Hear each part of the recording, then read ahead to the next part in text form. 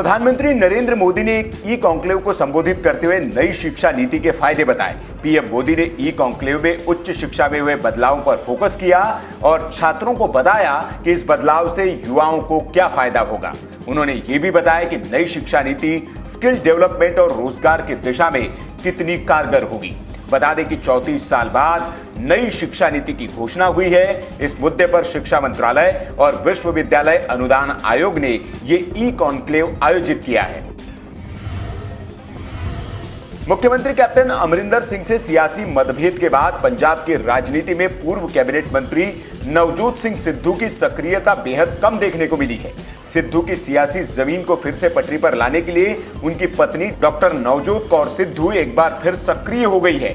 सिद्धू की पत्नी ने एक हफ्ते में दूसरी बार बयान दिया है कि अगर बीजेपी शिरोमणि अकाली दल से अलग हो जाए तो सिद्धू दंपत्ति को बीजेपी में जाने में कोई दिक्कत नहीं है।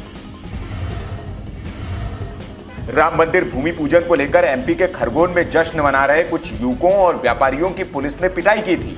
पिटाई का वीडियो सामने आने के बाद बीजेपी के महासचिव कैलाश विजयवर्गीय भड़क गए थे। इस घटना के विरोध में गुरुवार को व्यापारियों ने बाजार भी बंद रखा था। कैलाश के तेवर को देखते हुए शिवराज सरकार भी एक्शन मोड में है। इस मामले में खरगोन के एसडीओपी ग्लैडमिन एडवर्ड कार सहित एसडीएम अशोक गहलोत को हटा दिया गया है। एक्टर सुशांत सिंह राजपूत केस की जांच करने मुंबई पहुंचे बिहार कैडर के आईपीएस अधिकारी विनय तिवारी को क्वारंटीन से छोड़ दिया गया है। पटना पुलिस की सिफारिश पर बीएमसी ने 5 दिन की क्वारंटीन के बाद आईपीएस अफसर विनय तिवारी को छोड़ने का फैसला किया है। यह फैसला रिटर्न टिकट दिखाने के बाद लिया गया। आईपीएस विनय तिवारी को क्वारंटीन से छोड़ने के लिए बीएमसी की ओर से कुछ शर्तें भी रखी गई है कि वे एयरपोर्ट तक प्राइवेट कार में जाएंगे और एसओपी का पालन करेंगे। सुशांत सिंह मामले में मुख्य आरोपी रिया चक्रवर्ती ने ईडी से आग्रह किया है कि वो सुप्रीम कोर्ट में दायर उसकी याचिका पर फैसले तक उससे पूछताछ रोक दे। इस मामले में ईडी ने रिया के खिलाफ मनी लॉन्ड्रिंग का मामला दर्ज किया है और उसे समन जारी कर आज पूछताछ के लिए हाजिर होने को कहा है। ईडी इसके पहले सुशांत सिंह के house manager Samuel Miranda, Sushant के सीए संदीप श्रीधर और रिया चक्रवर्ती के सीए रितेश शाह से पूछताछ कर चुका है। सीबीआई की तरफ से एफआईआर दर्ज करने के बाद रिया चक्रवर्ती का पहला बयान आया है। रिया ने कहा है कि सीबीआई को इस मामले से तब तक दूर रहना चाहिए जब तक कि सुप्रीम कोर्ट अपना फैसला नहीं दे देता है। इस बिंदु पर सीबीआई की ओर से जांच करना किसी भी ज्ञात कानूनी सिद्धांतों से परे है और राष्ट्र के संघीय ढांचे को प्रभावित करने वाला और पूरी तरह से अवैध होगा।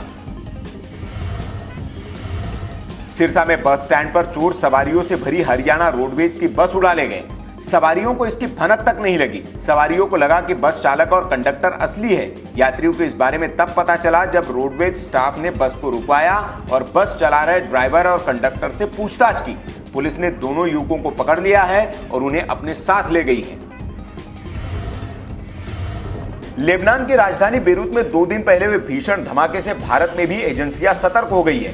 केंद्रीय अप्रत्यक्ष कर एवं सीमा शुल्क बोर्ड ने अपने फील्ड ऑफिसेज को 48 घंटे के भीतर गोदामों और बंदरगाहों में स्टोर किए गए विस्फोटकों की सुरक्षा और फायर स्टैंडर्ड की जांच करने को कहा है। इस कवायद का मकसद ये सुनिश्चित करना है कि इन विस्फोटकों के कारण जान माल का कोई नुकसान न हो।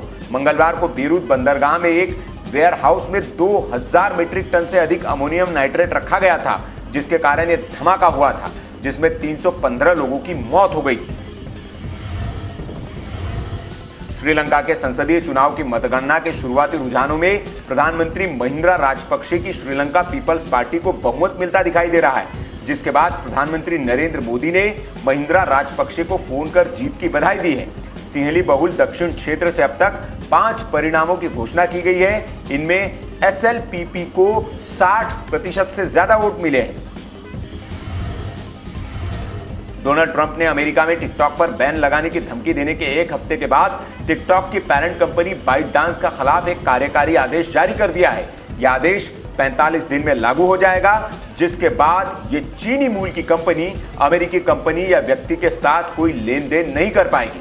बाइटडांस कंपनी टिकटॉक और वीचैट की मालिक है। इसके बाद अमेरिका में टिकटॉक और वीचैट पर बैन लग जाएगा।